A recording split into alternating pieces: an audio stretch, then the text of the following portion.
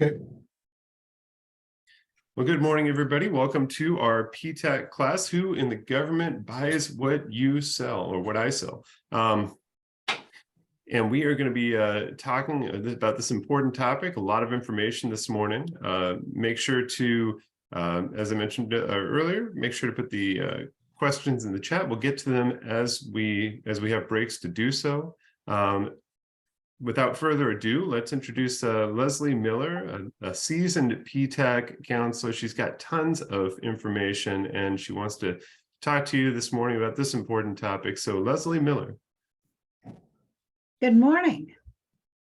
I'd like to thank everybody for showing up today for our 30,000-foot flyover on everything about market research and strategies that you need to have. And we'll talk a little bit about capability statements towards the end. This is a 2-hour session. And so there's about in the middle, we'll take a 5-minute break for pit stops or whatever you need to, grab a snack or something. So I think that we should be ready to go. Before we do that, though, I see that we actually have a lot of participants, and perhaps if you would just put in the chat your, we know who you are, but the name of your company and maybe what county that you're in. Washington PTAC covers the whole state of Washington. And, I've been working with Kitsap for actually quite a long time now. But we have clients from, Spokane and Vancouver and Tri-Cities and, all over the place. So if you would do that, we would appreciate that. So, all right, well, are we ready to go? James, are you going to drive the bus or am I? It's up to you, whichever is easiest for you, Leslie. Okay, well, I'll go ahead and share my screen.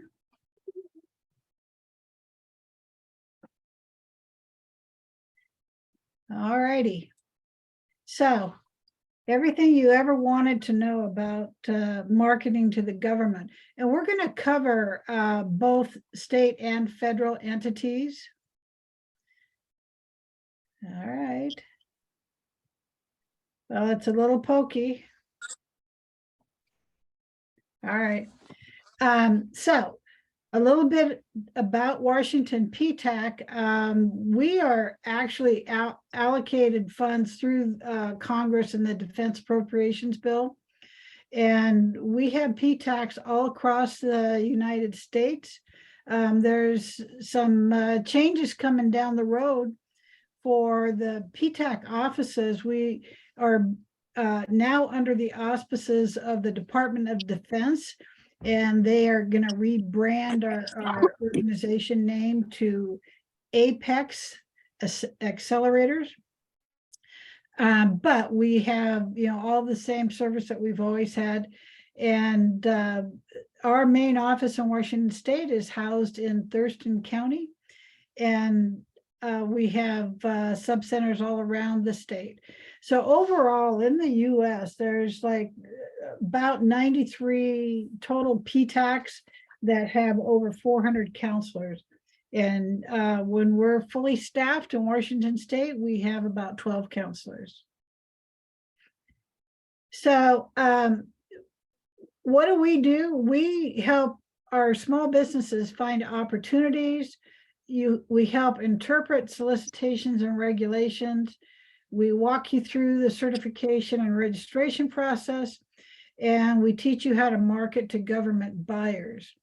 And we do this by, we have workshops, we have one-on-one, we have matchmaking, and we have the bid match that James had talked about previously.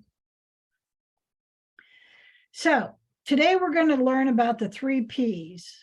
First we're going to learn about planning, and then positioning, and then pursuing. And you can see, what we're going to kind of do in the beginning is talk about how to identify the targets, and then move on to how do they know who you are and what all it's going to take for you to be in compliance with they need as far as your marketing materials. All right, market research. So market research is one of the critical aspects of doing government contracting, and that's right up there with business planning and financial planning. You know, if you're doing any government at all, you know that you have to keep a close eye on your financials and, you know, the bandwidth that you have in order to perform a contract. We also look at networking, communication, and relationships. And one of the things that's important is past performance. You can be a brand new company and still have no government experience that, you know, state or federal, but you have past performance with your own civil clients. So we're going to talk to you a little bit on how you can tweak your information to be competitive. And then lastly, being prepared, patient, and persistent. So let's look at doing basic research. If you, yeah, on these little graphs, we pulled from the Hinge Research Institute. And if you do no research, you know, look at the differences between growth and profitability. 2.8 growth to 11% profitability. And then if you look at the occasional, you know, that's a huge difference in growth and increase in your profitability. And then if you stay on top of things and do it frequently, then you will have, you know, up to 33% more growth and 20% increase in profitability. So, you know, it's all about how you manage your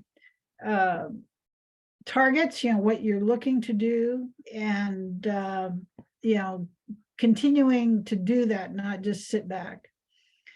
So the growth starts with smart marketing. And, you know, it doesn't matter if it's direct to the government agencies or working through prime contractors as a subcontractor. One of the biggest issues now is the shortage of talent. And, you know, there's a lot to be said about what's going on. If you have trouble with your staffing, and, you know, you're trying to go after a federal contract, you know, you have to make sure everything is up and running as efficiently as you can. Fierce competition. Everybody's hungry and everybody is looking for a good, lucrative contract, be it state or federal. And there are changes in the way that the buyers find you. And so you have to be aware, you know, and you look back over the last 3 years and COVID and lockdowns and everything is now Zoom, or, you know, we're getting back to in person. But, you know, you have to adapt to the way that the providers are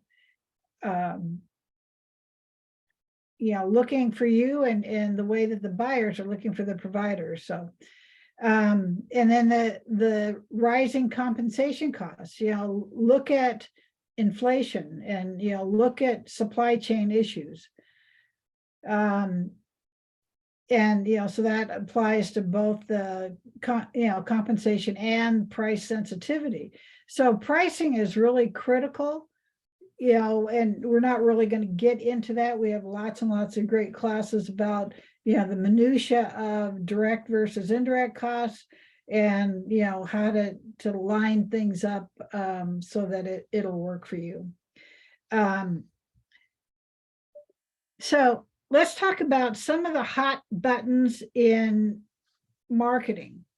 So the federal government wants two main things out of you. They want you to be responsive and responsible. Responsive means that you know how to fill out the paperwork correctly and completely. That means getting it submitted on time and signing the bid. Most contracting officers have found that there are still a high number of bids submitted that are not signed, so they are just discarded right off the get-go. A responsible vendor means that you have the capacity to do the job.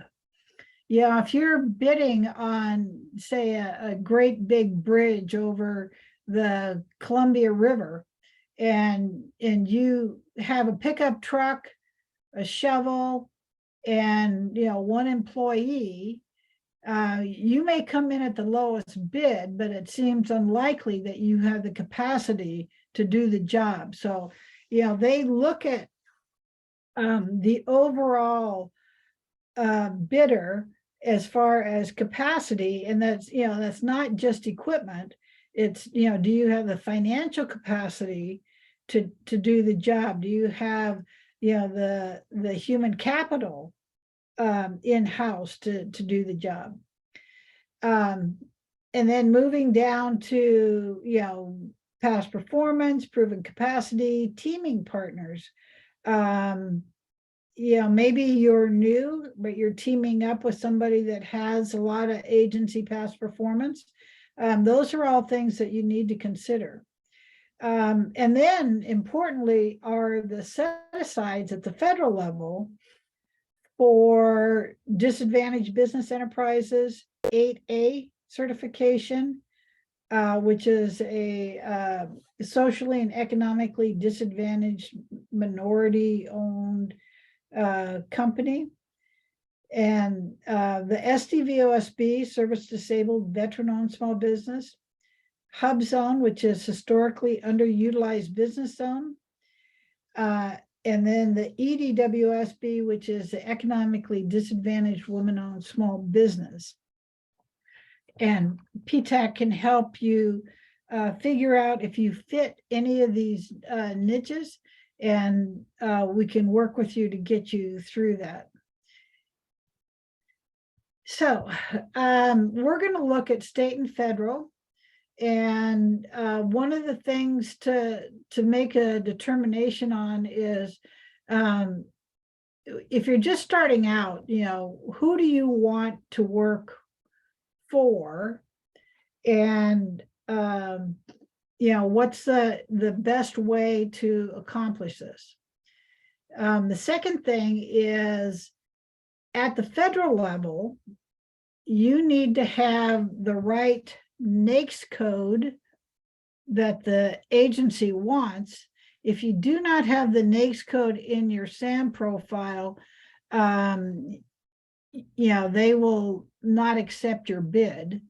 So you have to pay attention to that. Look at appropriate programs. Each agency has a strategic plan and they have forecasts. And, so you have to know if you're dealing with the Navy, is it NAVFAC, NAVC, NAVSUP? Each one, there's some fine tuning differences one to the other, and keep an eye on the OMB watch list. So the research tools that we utilize include at the state of Washington, Washington Webs, it's the Washington Electronic Bulletin System, MRSC, and those two are state of Washington. And Washington PTAC is working very closely with MRSC right now, doing a series of workshops for the agencies at the city, county, and state levels.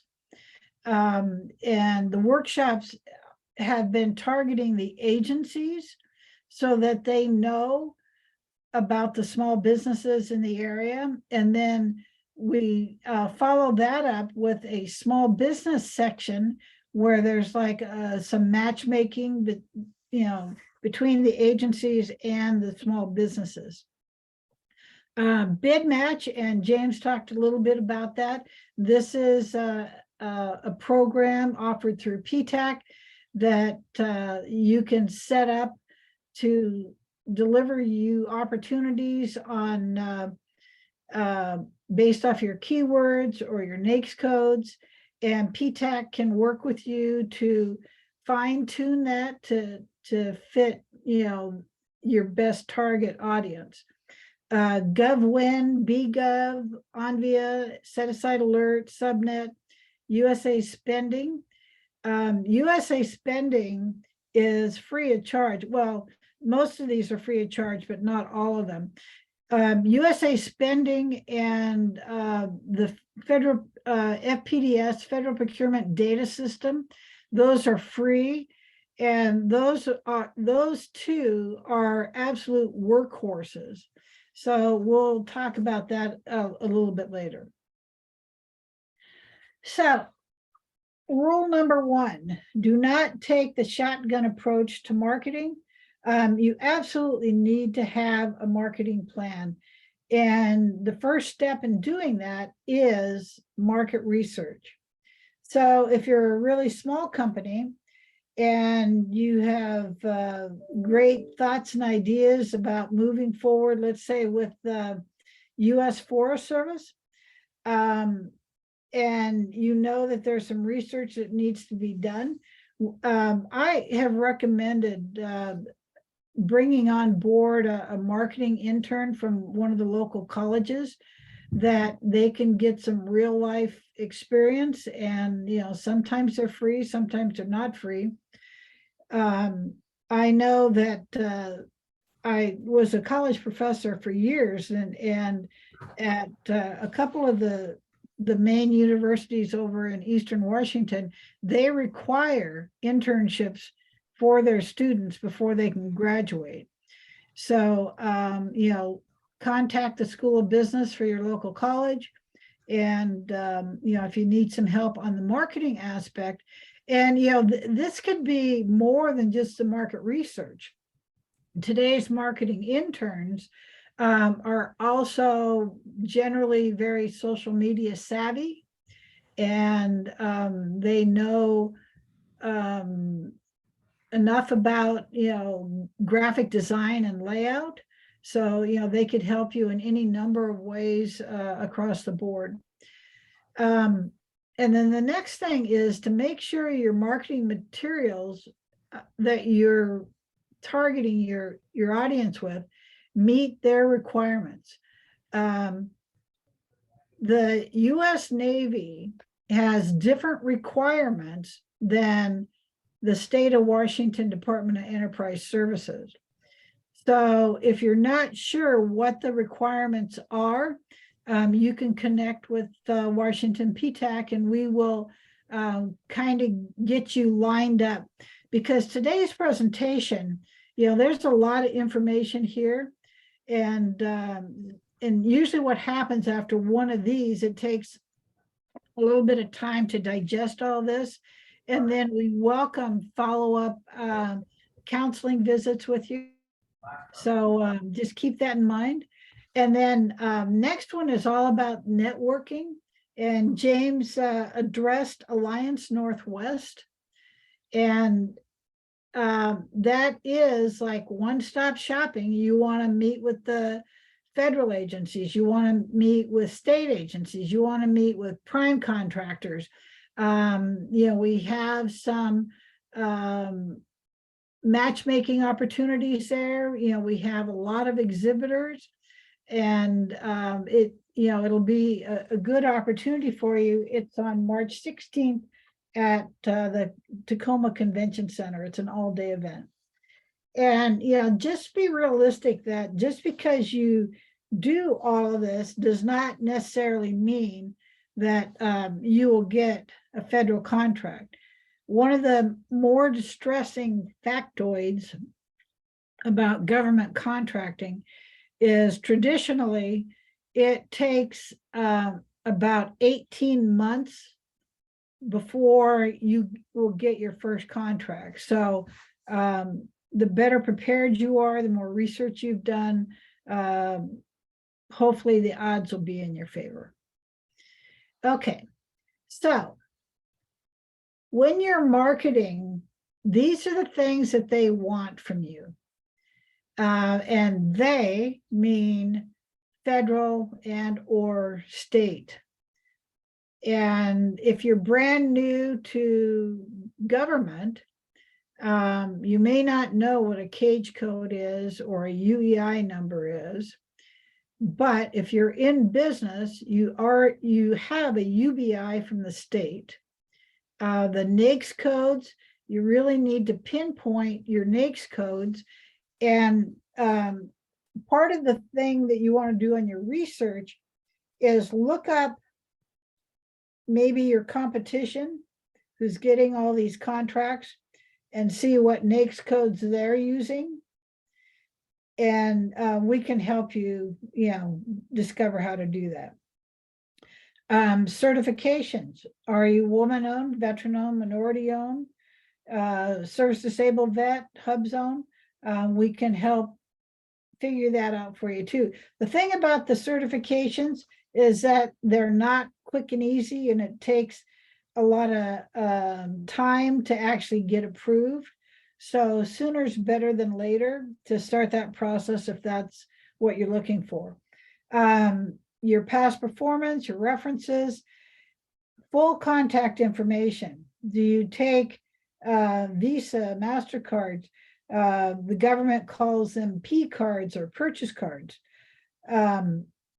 Include your company background, and especially they want to know the full capacity of the firm and the key employees. If you're a relatively new company, and let's say that you're an engineering firm and you have an engineering background and you hired another engineer who had been in business for 30 years as your key employee, his resume will be critical also. All right, so what's the differences between state and federal government? Most states do not recognize federal certifications. So if you are a veteran, to become a federally certified veteran entity, which, this just changed. It went from the VA now to the Small Business Administration. This does not make you an automatic state of Washington veteran-owned small business. So, and every one of these has that same type of disclaimer. So if you're a minority, the federal 8A certification does not qualify you as a state of Washington minority business enterprise. Woman-owned, federal woman-owned small business or economically disadvantaged woman-owned small business does not qualify you as state of Washington woman business enterprise. And if you live in a hub zone, which is a historically underutilized business zone, and you're certified at the federal level, there is nothing similar to that in the state of Washington. However, the governor of the state can recommend particular counties to be certified. So if you're in a really depressed area that doesn't look like it's certified from the feds, there's another path that could be taken. All right, so let's talk about the Washington State Department of Transportation versus the United States Department of Transportation. And this is the only one that has some similarity. So WashDOT requires a DBE certification, which is Disadvantaged Business Enterprise. And if you apply for that at the state level, it carries over to the federal level. So that's the only one that goes both ways. All right, so let's start with Washington State registrations and certifications.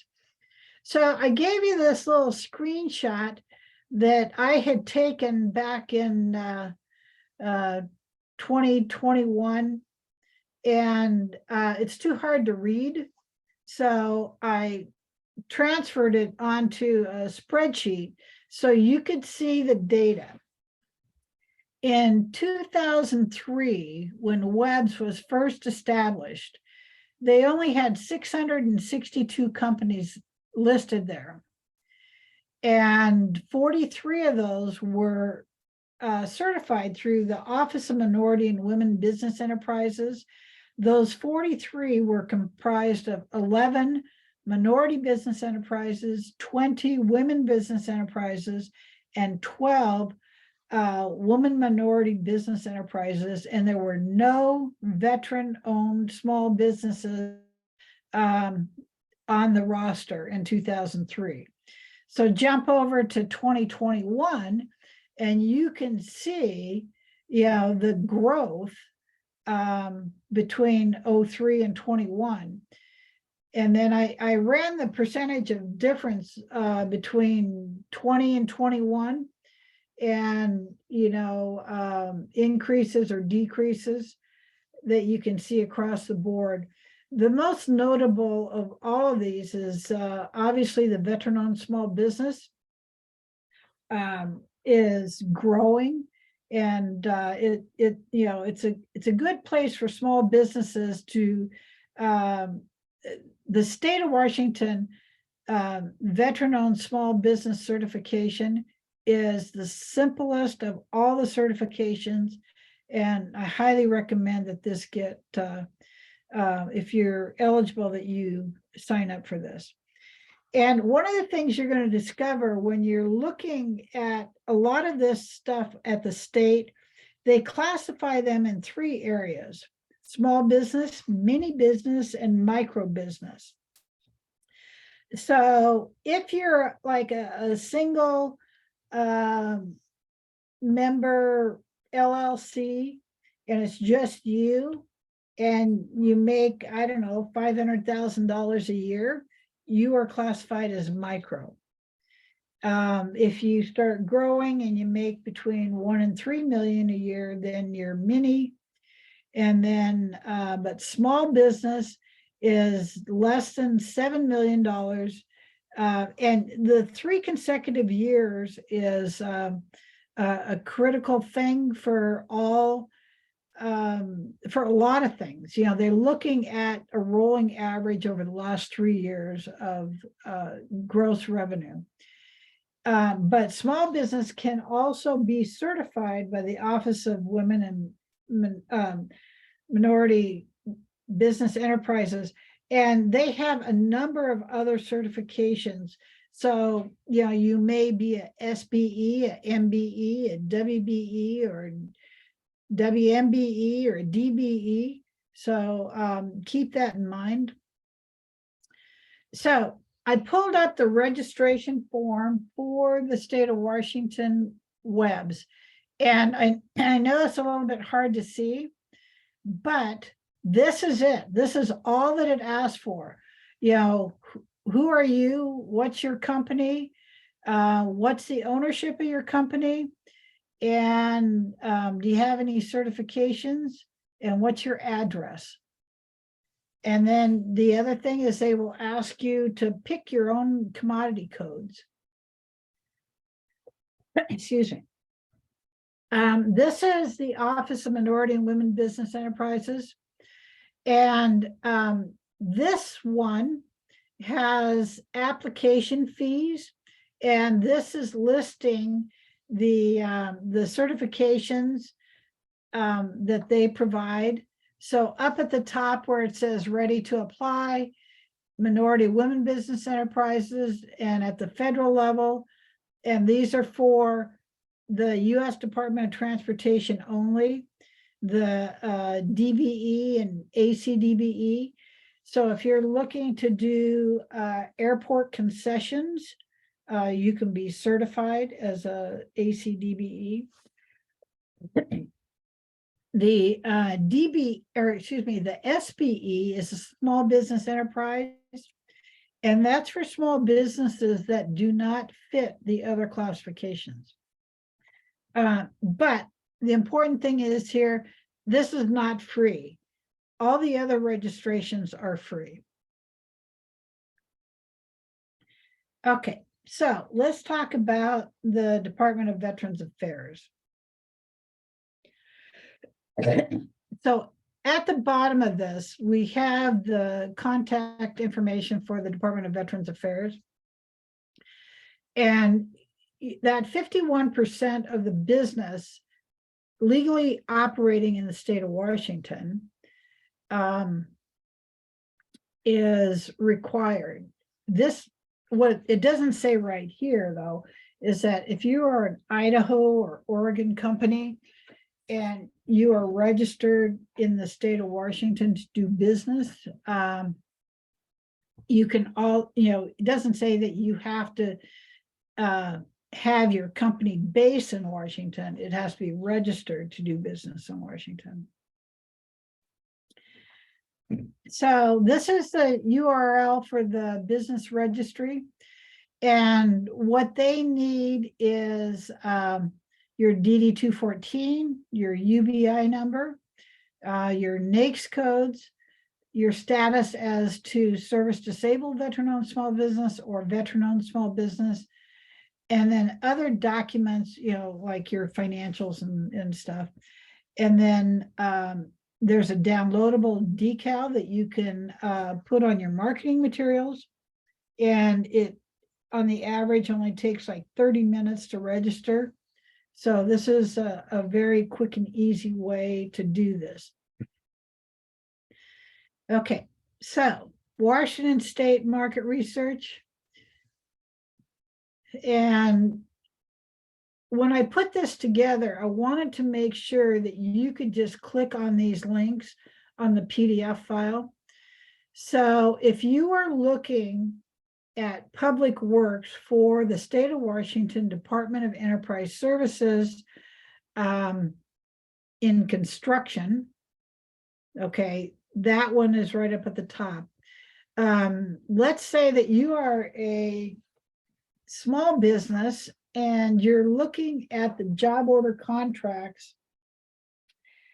And let me tell you a little bit about the JOC. They award the prime these contracts on a rolling basis. It's like every 5 years, or maybe it's 4 years, and every 5th year they have to resubmit. But they have 2 large primes that oversee the whole state. And then they have 4 regional primes underneath them. And every one of these primes are required to have 90% of their work done by small business. So if you're interested in job order contracts and you don't want to be the prime, but you'd be happy to be the subcontractor, connect with Washington PTAC, and we have ongoing classes on JOCs. They actually have, like meet the prime contractors. When I was PTAC in Spokane, we would host these events, and the big prime would come in and would get all these little companies in there. It was really a good opportunity. Washington Webs, you can set it up so that they will email you automatically as to opportunities that fit your commodity codes. So when you register for Webs, be sure you set that up so that it'll come to you automatically. MRSC rosters. Excuse me. Okay, so some of you may not know what MRSC rosters is, but this is like the best kept secret ever in the state of Washington. All of those big agencies at like the Department of Enterprise Services, they sell a lot of stuff to everybody. If you're the University of Washington, you go through the Department of Enterprise Services, and maybe you get your office desks there. But if you are a library district in Moses Lake, you would be on the MRSC rosters, and you can look for opportunities in there. And this program is free. And then if you wanted some additional services or opportunities, I think it's like $75 a year to sign up on this. Yeah, because maybe what you do is fire protection, and all you're looking at are fire districts, and maybe they're like regular, your normal little fire districts around the towns and cities and stuff.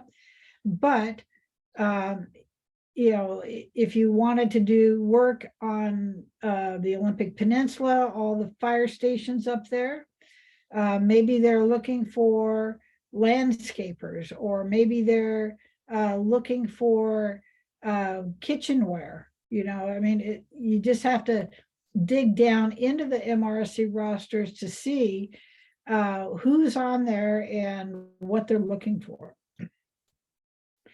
So one of the other really good resources is the state of Washington has a data portal. And as a matter of fact, yesterday I extracted a lot of information on there on all of the contracts that have been awarded. And I can see who won the awards for IT services in the year 2022 and how much they were paid. And if I am in the IT industry, maybe I want to be able to sell to the state also. So this is a really good resource for you. Let's talk about the Washington State Department of Transportation. So in here, we have the WashDOT projects, and the main link is washdot.wa.gov, and then the link underneath it are the projects with an interactive map. We also have the Federal Highway Administration resources there, and then the US DOT. And we have also the SBLO Directory and Forecast, which is a Small Business Liaison Officer Directory and Forecast through govconchamber.com. But let's talk a little bit about WashDOT and USDOT. Right now, on the Olympic Peninsula, Hewitt Construction has been awarded the prime contract and for doing the fish passages on the Olympic Peninsula. And it's a 5-year project. Work starts this summer. And James and I and a couple of our colleagues are trying to develop a venue and meet the prime for small businesses to come and talk to Hewitt and see, like I said, if you're doing landscaping, you have heavy equipment, you do gravel, you do concrete work, you do signage. Anyway, they're looking for people like that. This WashDOT project is through the pass-through funds that the US DOT had for infrastructure. So let's move on to colleges and universities. University of Washington has facilities.uw.edu/project/current. WSU has capital operations also. Port of Seattle and then other opportunities within the Port of Seattle. So you know, I've only given you the start of all of these resources here, and you could spend all day on one link. So just be aware. All right, so now let's say you want to sell to the Washington State Department of Enterprise Services. These guys are to the state what Costco and Amazon is to everybody else. They need you to be registered, and they have goods and services bid opportunities that you want to know what's coming up. They also have construction and public works opportunities. Other things that they do, you know, they are looking at the energy program now, leasing property to the state. There's just a lot of stuff that they make available. And, you know, if you're sitting up in the backwoods in Northeast Washington, and you have some property adjacent to a highway or something, and the state wants to, you know, bring in something like when they were doing Highway 395 expansion, you know, there was a lot of property transactions being done there. Some of it was just leasing. So, all right. So, vendor registration, Washington Webs. And these are all hyperlinks. Construction, small works roster, so you can see who's in there. And you can also take a look at the A&E services pool. And hopefully, you know, your name will be on there. On the goods and services side, everything that's not IT is through this link that I gave you. And then construction and facility consultants, and then, you know, learn about the goods and services. On the construction and public works, this will take you directly to the construction projects or the consultant design projects, and then the upcoming projects. Okay, so we kind of went through just the brief overview of this, but, you know, on the leasing property to the state, you know, how to lease to the state and laws that are required and solicitations. Anyway, there's a lot right here. Maybe you're just thinking about starting a business, and down here on the bottom corner, this business hub will be a really great resource for you for getting started. Okay, so one of the elephants in the room is the Port of Seattle, and they actually have a lot of opportunities for small businesses, and they have a little portal called Vendor Connect that you would want to register your company on. And then they have a series of workshops. One of them is called Port Gen, and I've been involved in that in the last 3 years. And the ones that I did were a 7-week series of classes. You know, 2 tracks, goods and services, and then construction, and you know, a couple hours a day, twice a week for 7 weeks. Future solicitations, and they have a very good diversity and contracting team that, you know, if you fit those qualifications, they'd love to work with you. So they work very closely with the Office of Minority and Women Business Enterprises.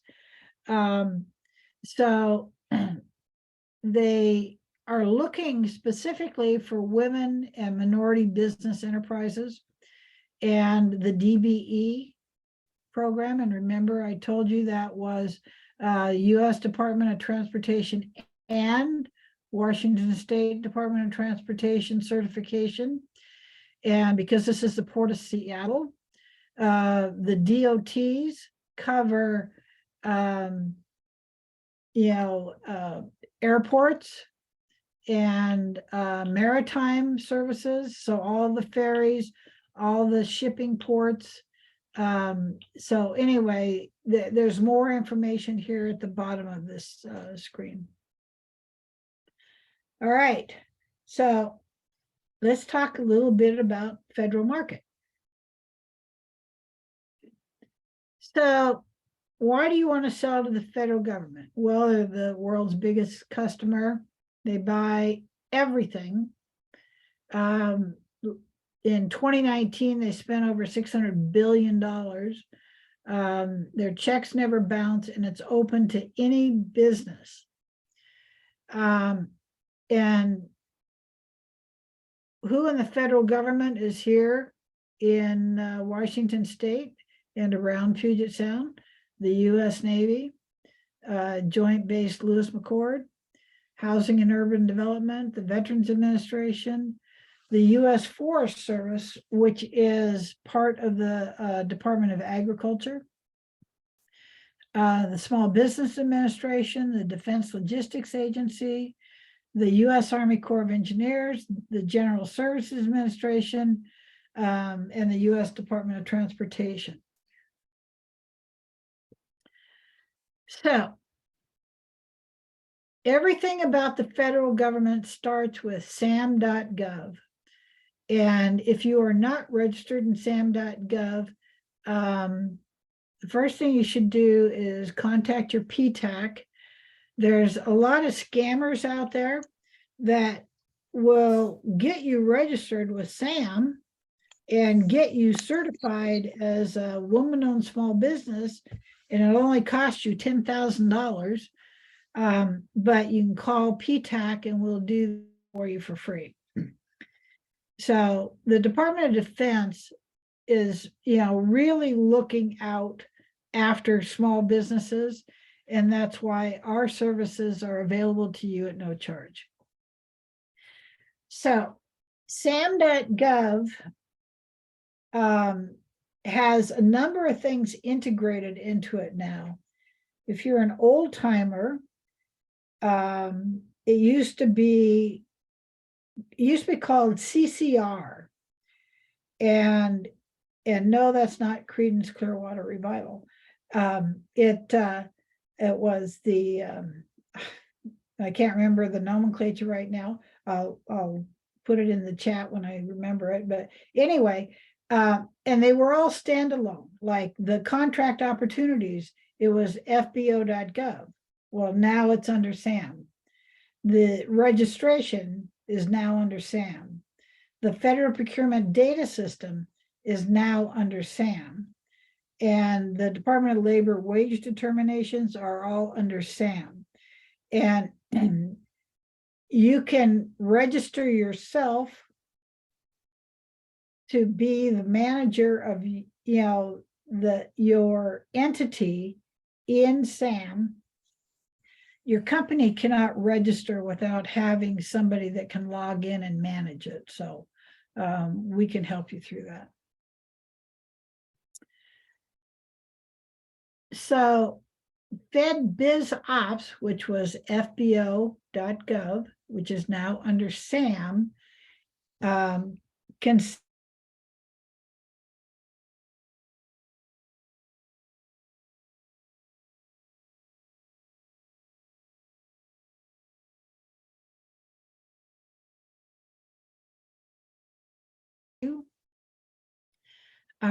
after 30 days, it's $165 a year. And they cover 41 federal sites, 40 international sites, and almost 2,000 state and local sites. So one of the toughest parts of doing government is figuring out who's looking for you. So we help with that. So market strategy starts with market research. So let's talk about the agency forecasts. So the General Services Administration has a forecast of contracting opportunities. The U.S. Treasury has contracting opportunities. And there are lots and lots of other agency forecasts. You want to only deal with the Air Force or the Army. Make sure that whatever you Google ends with MIL or gov or org. Any .com will probably charge you for it. And the rest of these are available to you free of charge and under the Freedom of Information Act. Kitsap, and I'll have to ask James on this. This was a link that was given to me by his predecessor, and I'm hoping that it's still viable. James, do you have any feedback on this link? I will check it out right now. Okay, all right. We'll keep moving forward. Kitsap has, because the Navy sits right there in their front yard and backyard and side yard, they're very, very in tune to what the small businesses need. So this particular PTAC office does an amazing job. Okay, so you want to look up subcontracts. Are there subcontracts? Who's the prime on this, and is he looking for me? And do they do credit card purchases? Let's say I'm an appliance store, and will I take a credit card from the U.S. Forest Service to buy a couple little refrigerators? You just have to look and see what all the methodologies are. Look at GSA activity and master contracts activity. One of the important ones here in the state of Washington are the emergency purchases. And when something catastrophic is happening, a lot of the red tape falls off because they need it now.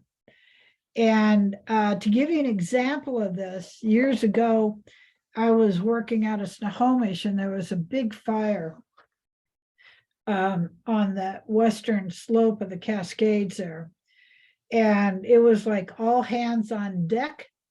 Every firefighting facility, was showing up there, including the local fire district. And so after they got the fire out, the contracting officer, had done an inventory of everybody that had been, on the site. And they came back to that fire district and said, we can pay you for your time, but we need you to be registered in sam.gov. And, fire district, you think, why do I have to be registered in SAM?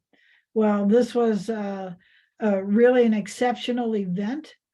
And once we got them registered in SAM, and they, had their UEI number, at that time, it was still a DUNS number.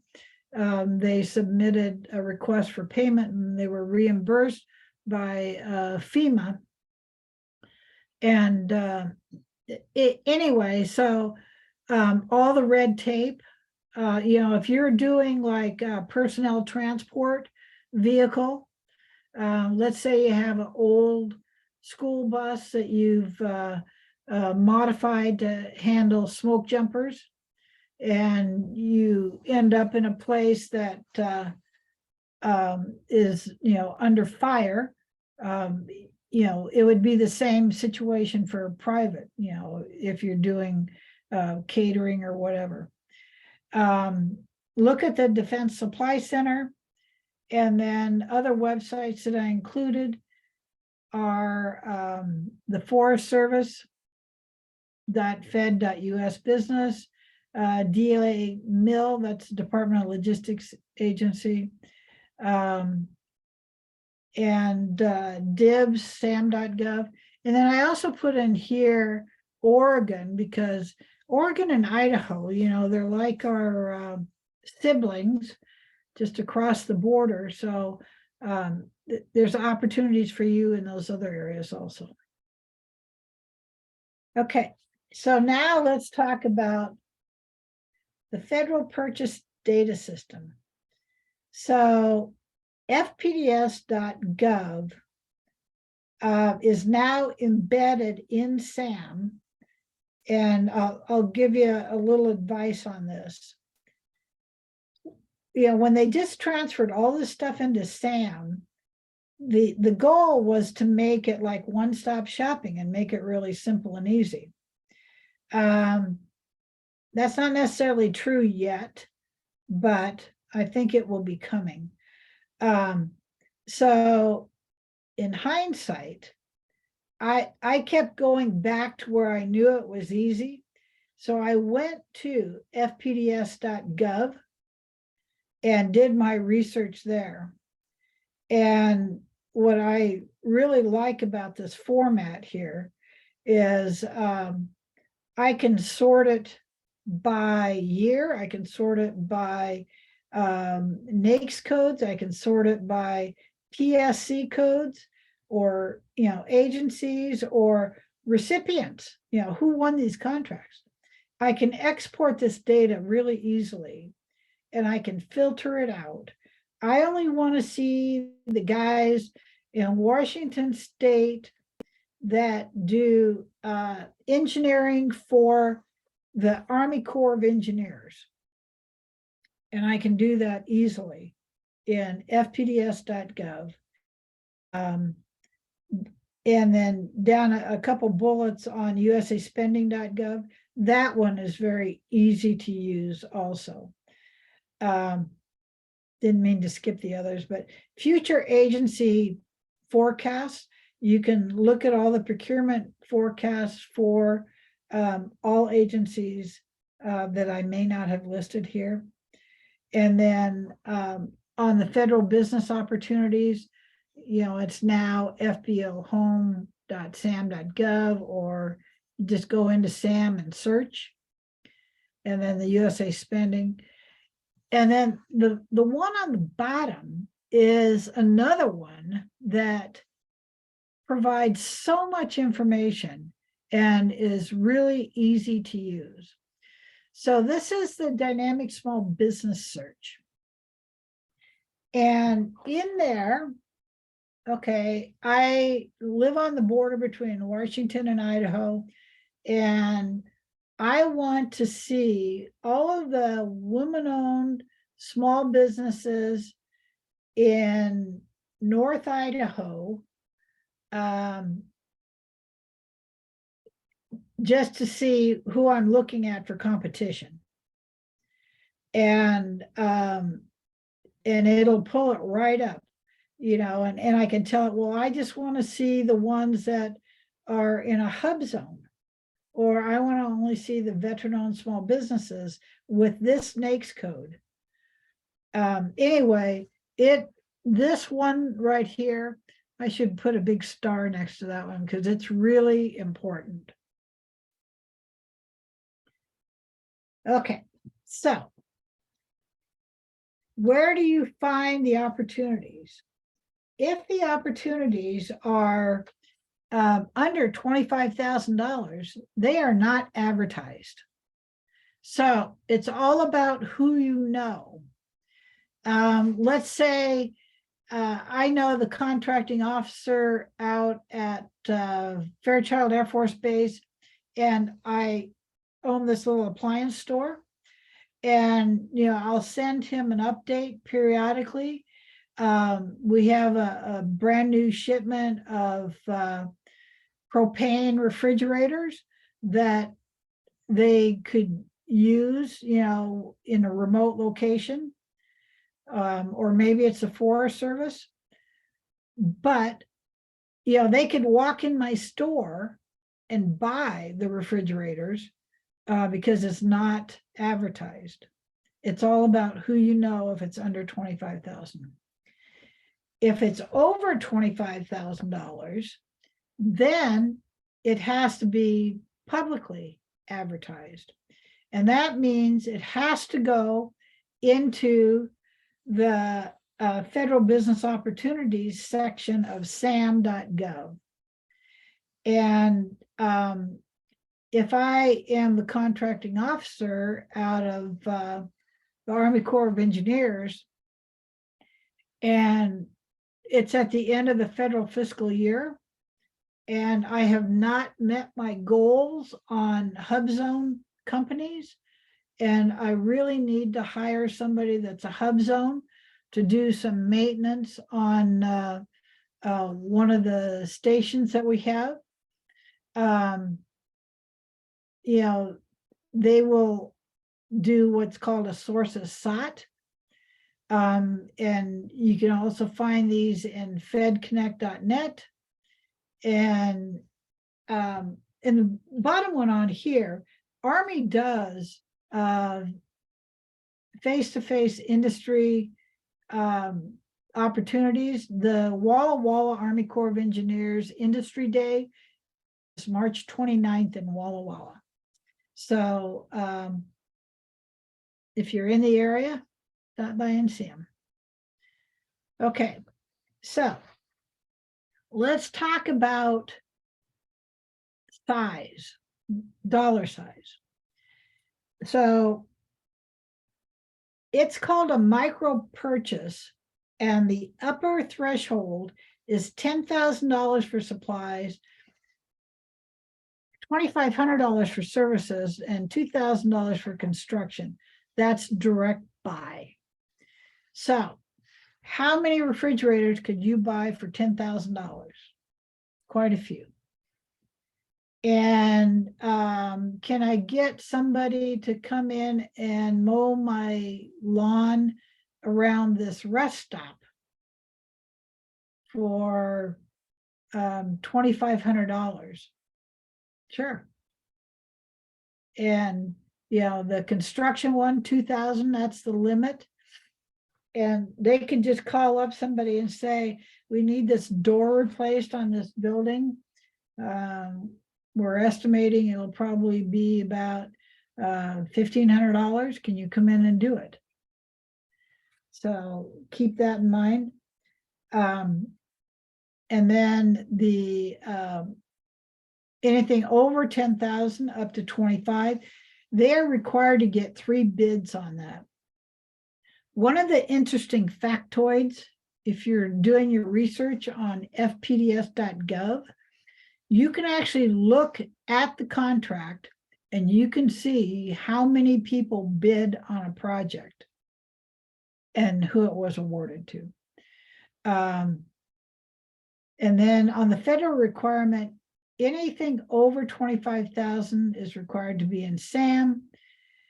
And the simplified acquisition threshold is up to $250,000. So what that does is that tells you anything that's over $250,000 is, goes through a totally different process. And, that's where it has to go out to bid. And, these are all the really big projects. So with that comes how they do this for companies that are in the 8A program. So they can do a single source contract up to $7.5 million for manufacturing to an 8A company.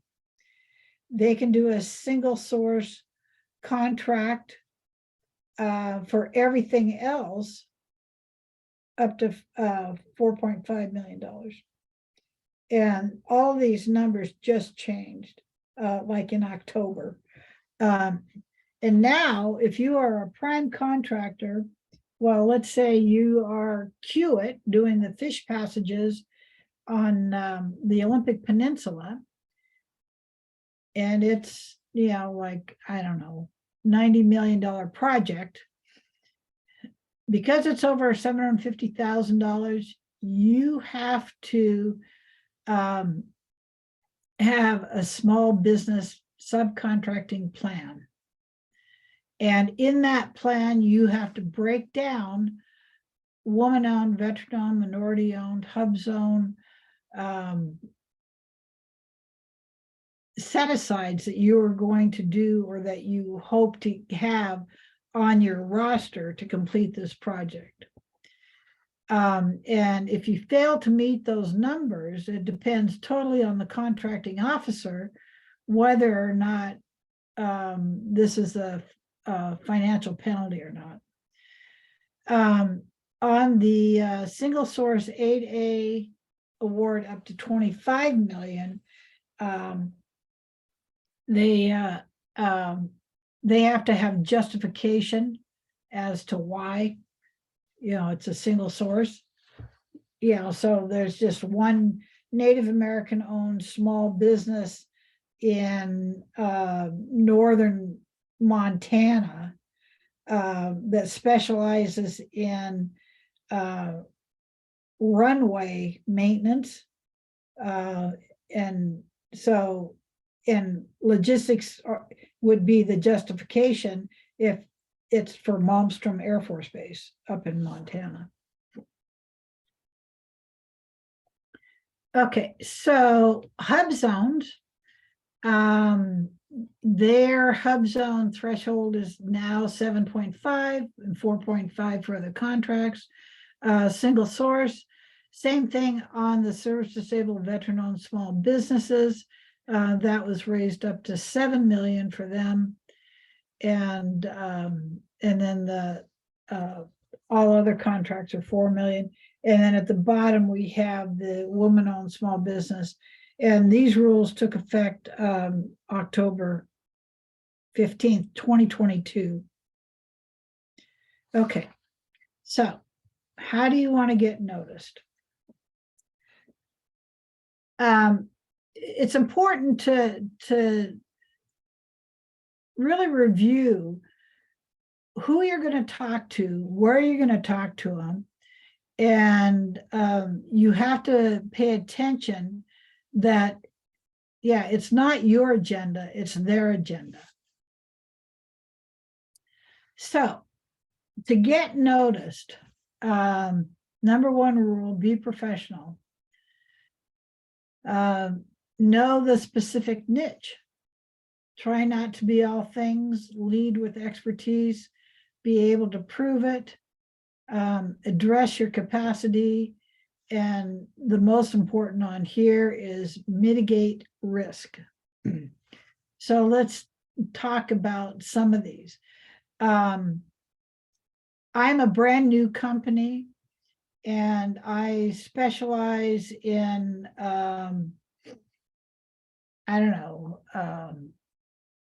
crop dusting.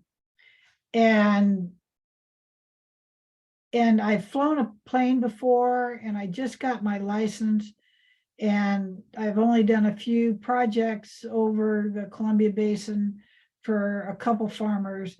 And now I want to have a federal contract for the U.S. Forest Service. The contracting officer, you may have excellent references, you may have total capacity, but have you ever flown over trees? What about an active fire situation? That constitutes risk to them. So you have to be careful how you promote yourself. Okay, moving forward, I took this screenshot from our friends NAVSEA, and there's a difference between existing capacity and potential capacity. And this is one of those areas that Dave Waltz, who is deputy for small business out of Seaport, he addresses this all the time. And I'm not going to read all of this. You can read through it. And Dave has a series of workshops that he does monthly. And he joined the coffee hour, the monthly coffee hour that Kitsap puts on. So if you can sit in on those, he is a great resource to talk about all the specifics on this. All the what if scenarios. I'm a little manufacturing, and I can put out 100 widgets a week, and I submit a bid to produce widgets, and they want 100,000 widgets in a month. Do I have the capacity? Do I have the potential capacity? Do I have the financial capacity to do that? There's a lot of questions about that. Okay, so where to get noticed? Obviously in person, conferences, vendor outreach sessions, agency and base events, JBLM, Army Corps of Engineers, Fairchild Air Force Base, matchmaking opportunities, associations, social events, from associations, get referrals from decision makers. Let's say that your brother lives next door to a contracting officer, and he heard that they're going to be doing some renovation on their base, on the military base. And,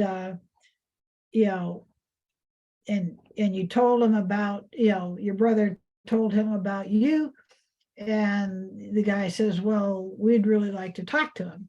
So, it's all about who you know. So keep that in mind. You need to be with today's brave new world of social media, emailing, blogging, Facebook, Twitter, LinkedIn, Instagram, and Lord knows TikTok and whatever else there is out there. You cannot ignore it. You need to pay attention to it. So let's talk about who's making the real decisions. The federal acquisition regulations have really rigid policy and processes. It is not top down, and there's 3 layers of decision makers, and the size of the purchase determines who they are, and each layer has different purpose and responsibility. So let's talk about the program managers. They are the technical representative. They are the end users, and these are usually pretty hard to find. So you're going to use the OSDBU and the contracting officer to refer you. An example of this would be like a crew chief. Let's say you're crew chief on the A-10s out at Davis-Monthan in Tucson, Arizona. And every time you have to maintain a aircraft, you have to dump the fuel. And that's a real thing. And geez, wouldn't it be nice if there was another way to do this? And to be honest with you guys, there was a small company in Spokane who had the solution to that problem. And they had an opportunity to show it to the crew chief that was in Fairchild Air Force Base.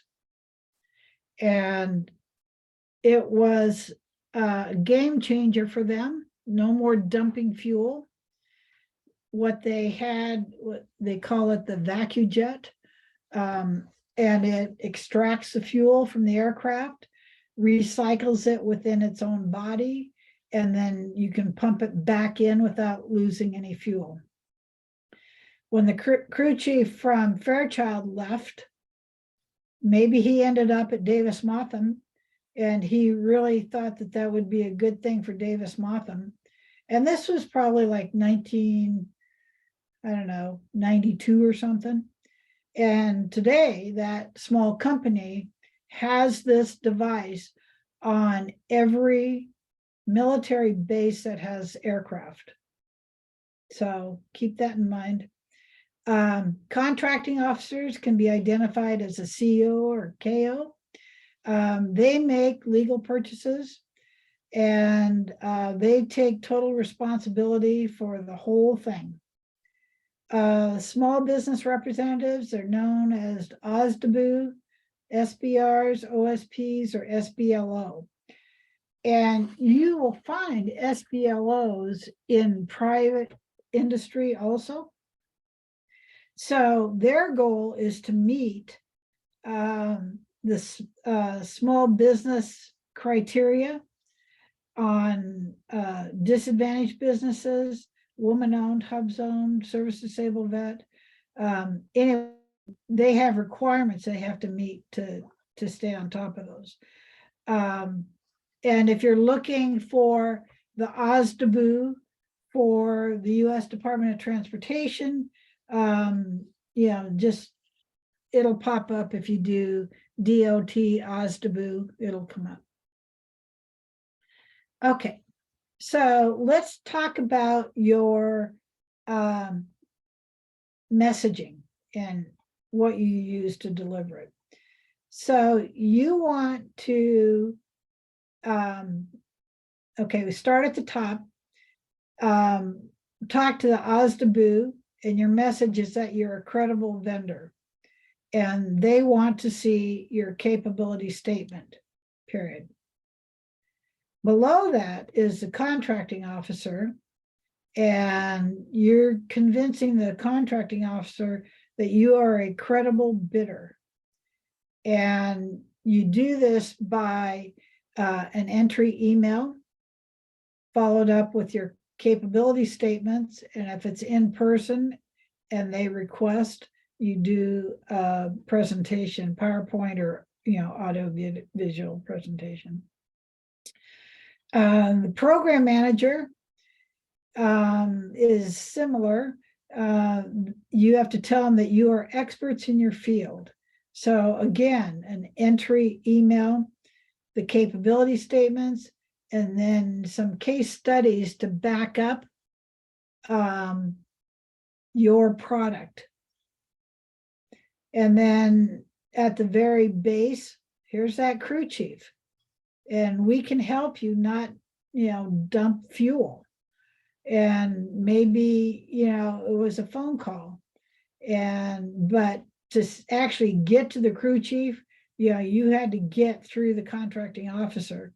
But maybe this crew chief plays softball on the weekends and was complaining about dumping fuel, and you said, oh, well, yeah, anyway, but he or she would want your capability statements and the case study. So what are you? Are you a prime contractor? Are you a subcontractor? Or are you a teaming partner? And this is all part of your marketing strategy. Are you the big dog? Or are you the little dog? Can't help but smile at the picture of those two dogs. Okay, so let's see how you can mitigate risk. Create a strong niche statement. We are the only company in the world that makes a device that will extract your fuel, clean it, and reload it. That's your niche. Make sure you have a 20-second matchmaking pitch down pat. create a powerful capability statement. Make sure you list your past performance. And if you're kind of new, be sure to emphasize commercial projects that you've done, not government. Indicate your financial stability, your overall capacity, who you might partner with or who you do partner with, and develop strong solicitation responses. And the number one rule on mitigating risk is if you bid on a project and you did not get the project, there's a 3-day window from the bid award that you have to ask for a debriefing. And that will help you fine tune everything that you do. Yeah, the contracting officer comes back and says, that overall, your bid came in second to this guy. But we felt that his company had a stronger financial profile to withstand the supply chain problems that we anticipate that will be coming down the road. I mean, could be anything like that. Okay, so you need to identify, look at things in the past, who won what, and how much did they get, and what was it for, what's currently going on, and what's the future. So let's talk about vehicles and electric vehicles. If you are a gas-powered car, where's your future? So you have to identify all those.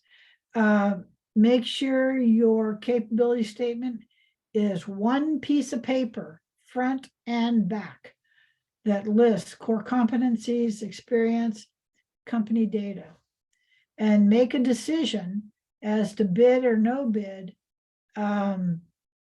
because it takes a lot of effort to bid a project. And the more experience you get, the better you'll be at identifying who's the decision maker, what's their responsibility, and how interested are they in you. Contract vehicles, not to be confused with cars, how do they get the word out? It's through the GSA schedule contracts, IDIQ contracts, the GWACs, and I mean, there's a lot of different ways the government is looking for or soliciting small business. You should have some kind of a CRM system, contact relationship management program. And it could be an Excel spreadsheet, if you're not very developed, but a way to track, who they are and what agencies they're with. So, and perhaps your marketing intern could create something like this. Maybe you need an accounting intern or a finance intern, but that'll help. So I've been going heavy for the last hour and a half. So let's take a little 5-minute intermission and let you guys take a break, and we'll come right back.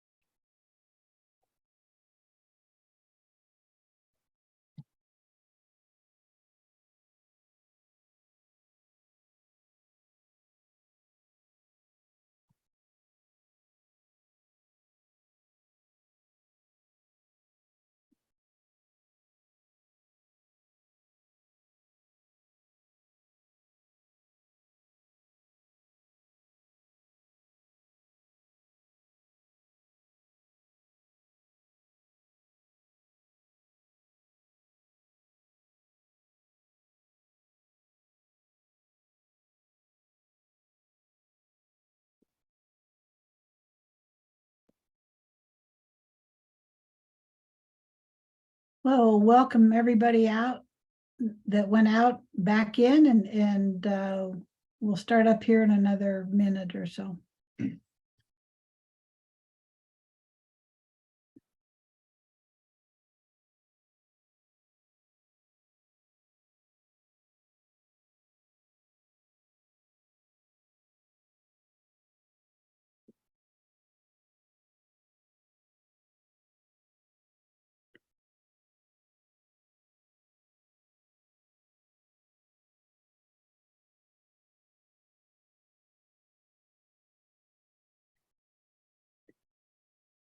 Okay, welcome back, and we'll keep going. We have about 30 minutes left and we still have a lot to cover. So this section is all about the capability statements. And there's a lot to this. So again, I highly recommend setting up an appointment with your local PTAC, and I'll have that information at the end of the slideshow. And, but in the meantime, I'm just giving you the 30,000 foot flyover. So here we go. Maybe. All right. So, in order to reach the decision makers, you have to bear in mind that your government registrations are critical.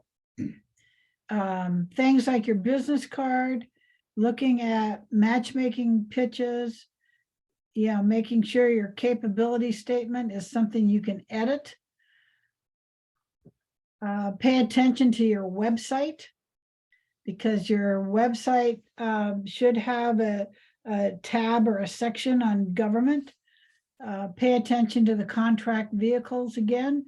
Is it a GSA schedule? What is it? What kind of white papers do you have and or that are out there that you should be aware of? Same thing with case studies, public relations, your CRM system, and advertising. This will help you communicate, connect, collaborate with all the important people. So on your business card, which they are still a thing, but there are now digital business cards that you should be aware of. But your business card, you should use both sides of it. Do not use slick, shiny paper. Make sure your company name, title, your name, all the pertinent contact information. If I have ABC company, does that tell you that I'm a general contractor? Maybe I'm an engineer, maybe I'm a house painter, maybe I'm a consultant, maybe I do healthcare. Make sure it's clear what you do. And now you need to make sure your business cards include your UEI number, not your DUNS, because DUNS is now obsolete for federal contracting.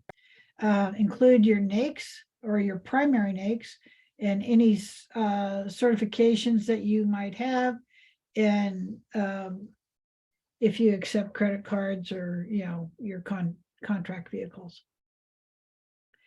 So on the matchmaking pitch, you need to have one that is very specific to what the agency wants.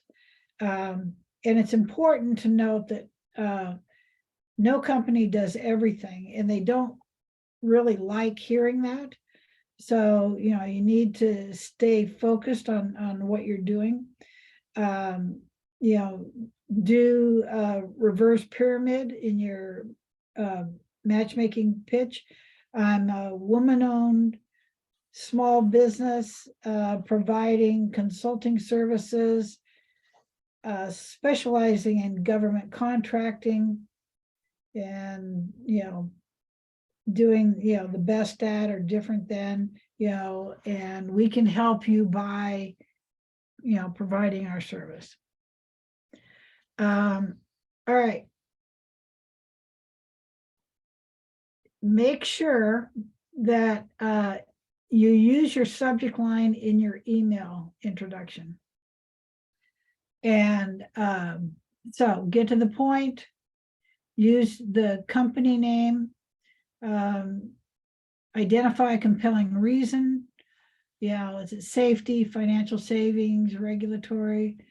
Make it a clear request and open the door for future contact. Never say introduce. I'd like to introduce my company to you. You could say, let me tell you what ABC company has been doing. And then add this line to every email. If I don't hear back from you, I'll try to follow up, and include personal contact information and credentials. It's surprising to me how many emails I get that don't have like the company phone number at the bottom. So just keep that in mind, that contracting officers, they don't have time to dig for that stuff. So make sure that if you're communicating with them, everything is right at their fingertip. I have two websites here that have a really good example of their government tabs, and I'll let you click through these, and so you can kind of peruse these on your own time to see really what a couple nice ones look like. Okay, website do's and don'ts. Make sure you have a government tab or button. and use government speak, verbiage, terminology, include your case studies, be specific. Most government agencies like metrics, numbers. And then why are you so different than the others? And please do not use music or videos, use industry jargon, or hide personnel contact information. So the federal government is all over social media. General Services Administration, the U.S. Army, the U.S. government is on TikTok, which kind of surprised me.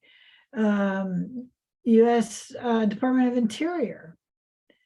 Anyway, they're there, and if you have an opportunity to follow them, you should do that, because a lot of times they'll be posting things that may be relative to who you are. So in your social media marketing, tailor it to target the agency's primes and teaming partners. And it has to stay active. If you're not doing any updates, why not? So maybe your 12-year-old granddaughter can sit here and update your social media. Look at blogs. There's some very, very successful law firms that PTACs partner with that have some really great blogs, lots of great information all about government contracting. If you'd like some of those resources, just tap into one of us and we'll share that with you. LinkedIn is a really great resource on the professional level. Whatever you do on the other social media, you should make sure you have it on LinkedIn. Twitter, Facebook, Pinterest. So think about the Department of Interior on any of these, on your Pinterest or whatever you want to do, and then news feeds also. So let's talk a little bit about the white papers. So this is just an elementary class on keeping things together and getting, it's like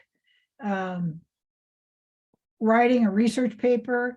Make sure that it identifies your product and everything about your company. News releases are actually a thing, and it's not a typical press release that's sent to the papers.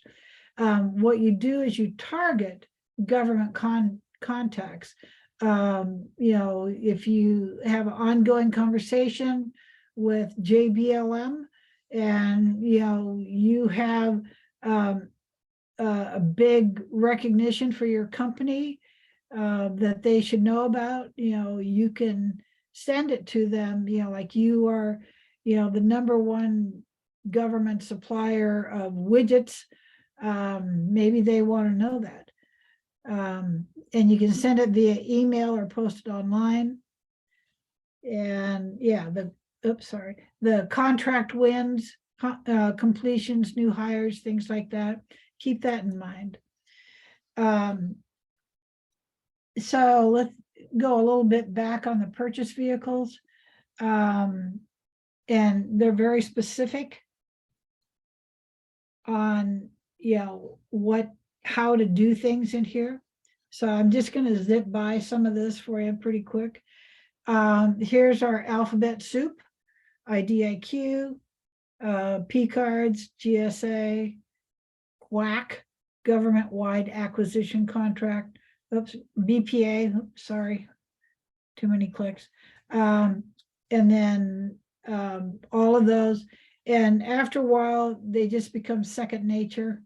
And we're sorry we have so many in here, but we're happy to explain to you what they are. 5 elements to get noticed. #1, call it a capability statement. Competencies, contact information, experience, company data, those are all critical. I have some sample capability statements. Sometimes they are called line cards. And how can the agencies look at you in regards to reducing risk? You can show your experience, your credentials, your training, your elevator pitch. And then from here on down, it's all about some samples. Some of these are pretty good. Some of these are awful. The first thing that jumps out to me, these are two different capability statement covers. The number one issue I see on here, they have government logos on them. And you cannot use a government logo without permission. So what do you think the odds are that they got permission on those?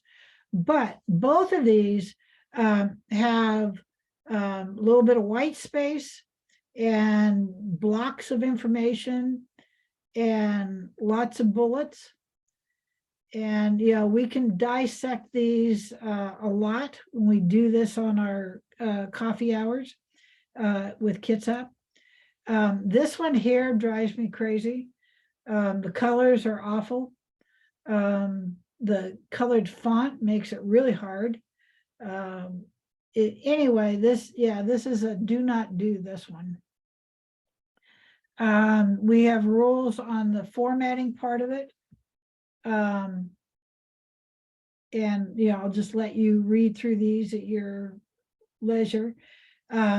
Pictures are important. They don't want to have an essay that they have to read. They want bullets and some key pictures. And it's true, there's only 8 seconds that the contracting officer is going to look at this, looking to see if it has their attention. So you have to make it grab their attention. So on here, what do you think? Can you use government logos? The answer is no. Can you use a certified veteran enterprise logo? Yes. Can you name contacts for government contracts in there? That's a good question. I would ask Terry Homburg. Can you chip in here, Terry, and give me your input on this? Are you here? Did he leave? I know he was here. Hello. Hi. Okay. Yeah, so personnel in government agencies turnover is high. There's lots of churn. And so if you identify a person from 6 months ago or a year ago, chances are they're not there anymore. So you just want to identify the office, possibly the phone number, but not the name of the person. Okay, thanks, Terry. So those of you that do not know Terry Homburg, he is in the Kitsap office, and he's a retired contracting officer for the U.S. Navy. So he's a really great resource for all of us.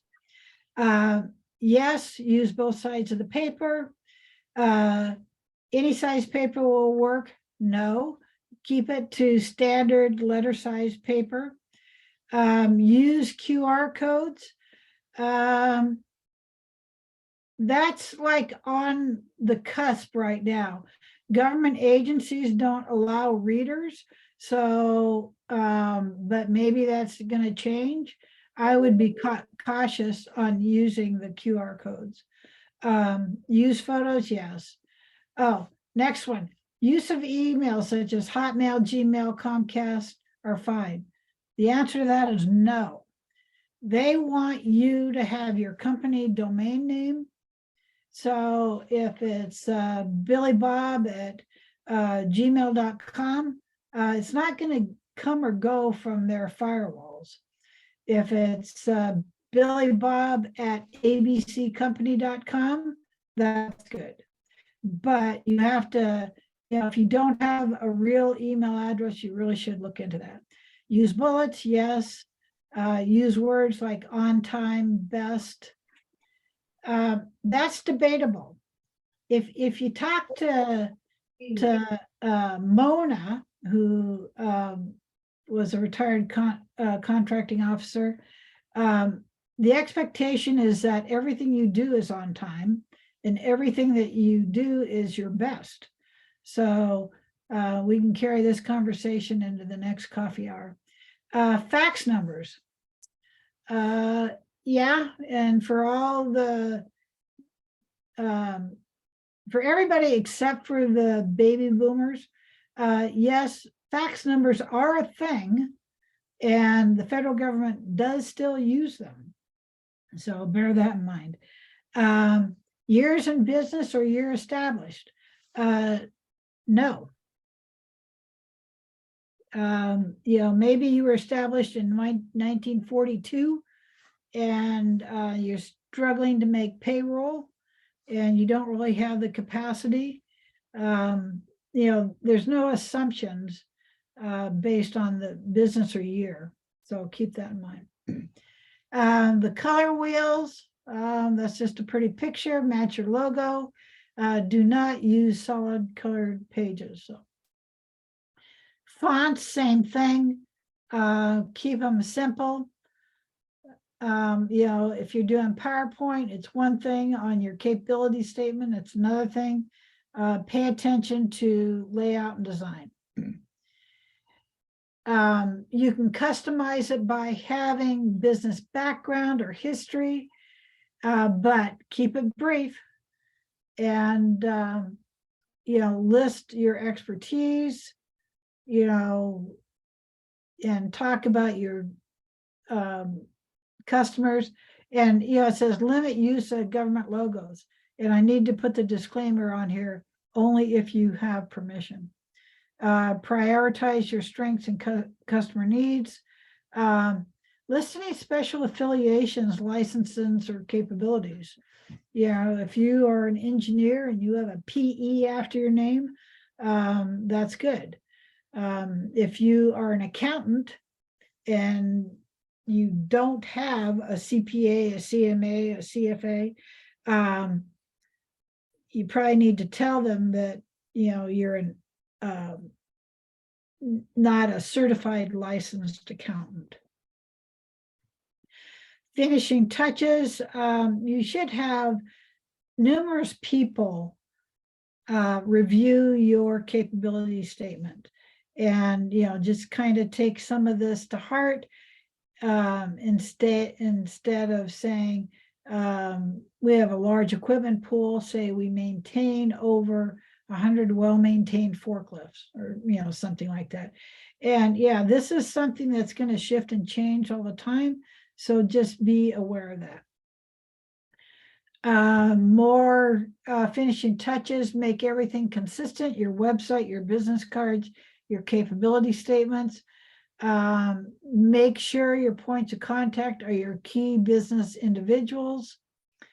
And it's just what Terry said, that there's a lot of transitions now, and so if your government salesperson is Billy Bob and Billy Bob's name is all over everything, and then Billy Bob leaves, you have to change everything. So maybe contact our government specialist at abc123@gmail.com, or not Gmail, at abccompany.com. Add images, but don't overwhelm it. Don't sell the jockey, just sell the horse. So, if you're a service provider like a engineer, you are the jockey, so pay attention. So your target audience: agencies, prime contractors, teaming partners, joint ventures, or some kind of a gathering or meeting where the decision makers are all going to be there. And so when do you use your capability statement? For all kinds of things, opening the door, relationships, industry days.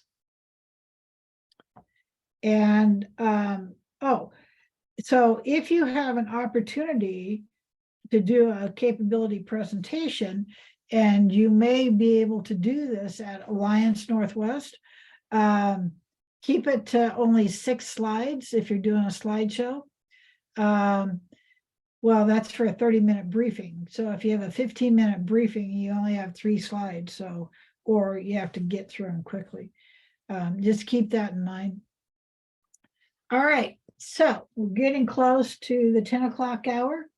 And this is who we are. This is Washington PTAC. We are now an Apex accelerator throughout the state. And we have 8 centers for Washington PTAC. There's one little exception up at the very top of the Olympic Peninsula, and that PTAC is a regional PTAC. And if you need to contact them, we have their information on the bottom left-hand corner. It says other PTAC serving. So we have also the American Indian Chamber Education Fund and the Northwest Native Apex Accelerator for natives. So here's the who's who of everybody that you would need to get in touch with. And we have a really terrific team. And actually, if there's something that you ask that we don't really have an answer for, that if you ask me and I don't know the answer, I will check with Terry Homburg or Kara Buckingham or Daryl Sundell, or to get you the answers. So this is me. I'm Leslie Miller, Washington PTAC. This is my phone number, 360-584-6314. And you can email me at leslie@washingtonptac.org. So that's all I got. So any questions that have not already been answered in the chat? We have a few minutes. It's a lot of information, Leslie. Yeah. Yeah. So, and the goal is to invite everybody who has any specialized questions to contact us, and we will work with you as a PTAC client. All of our hours are part of our deliverables back to the Department of Defense. So if we work with you, we'd like you to be a PTAC member. So thank you. No cost, no cost. Yeah, all right. It's an excellent resource. It's free, to utilize as a Washington State business. If you are checking in with us from out of the state, we would refer you to your state's PTAC center. You're welcome to take our classes, but we are, we're counselors primarily focused on the Washington State businesses. So a couple of quick notes. I saw that Kyle requested a capability statement template. I'll send that out to everybody that's here. If there are other things that you'd like, send me an email. Again, my email is davis@kitsapeda.org. And as well, what else? Coffee chat. It's coming up here too. So make sure to check in with our other trainings. The next coffee hour is going to be on the 1st of March. So 8 to 10 on that, and that should be a good one. And that's kind of like an open forum to talk to small business liaison officers and PTAC counselors as about the specifics of things that you're looking for. So until next time, I suppose.